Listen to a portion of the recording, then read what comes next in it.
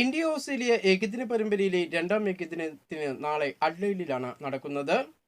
India സമയം നാളെ രാവിലെ 9 മണിക്കാണ് മത്സരം ആരംഭിക്കുന്നത്. ആദ്യ ഏകദിനത്തിൽ പരാജയപ്പെട്ട ഇന്ത്യ രണ്ടാം ഏകദിനത്തിൽ വിജയം തേടിയാണ് ഇറങ്ങുന്നത്. ഇന്ത്യ ടീമിൽ സൂപ്പർ താരങ്ങൾ ഉണ്ടെങ്കിലും ഇന്ത്യയുടെ ബാറ്റിംഗ് പ്രകടനം നിരാശാജനകമാണ്. Indian captain Shubman Gill, super താരങ്ങളായ വിരാട് കോഹ്ലി, രോഹിത് ശർമ്മ, ശ്രേയസ് അയ്യർ എന്നിവർ ഫോമിലേക്ക് മടങ്ങിയെത്തേണ്ടതായിട്ടുണ്ട്. ഓസ്ട്രേലിയൻ പേസ് നിരയെ നേടുന്ന കാര്യത്തിലാണ് ഇന്ത്യൻ ബാറ്റർമാർ ഏറെ ബുദ്ധിമുട്ട് നേടുന്നത്. ഓസ്ട്രേലിയൻ പേസർമാരായ മിച്ചൽ സ്റ്റാർക്ക്, ജോഷ് ഹസൽവുഡ് എന്നിവർ മികച്ച രീതിയിൽ പന്തെറിയുന്നത് ഇന്ത്യൻ ബാറ്റർമാർക്ക് റൺസ് കണ്ടെത്താൻ ബുദ്ധിമുട്ട് സൃഷ്ടിക്കുന്നുണ്ട്. രണ്ടാം ഏകദിനത്തിൽ ഓസ്ട്രേലിയൻ പേസർമാരെ എങ്ങനെ നേടാം എന്ന കാര്യത്തിലായിരിക്കും ഇന്ത്യൻ ബാറ്റർമാർ കൂടുതൽ ശ്രദ്ധിക്കുക.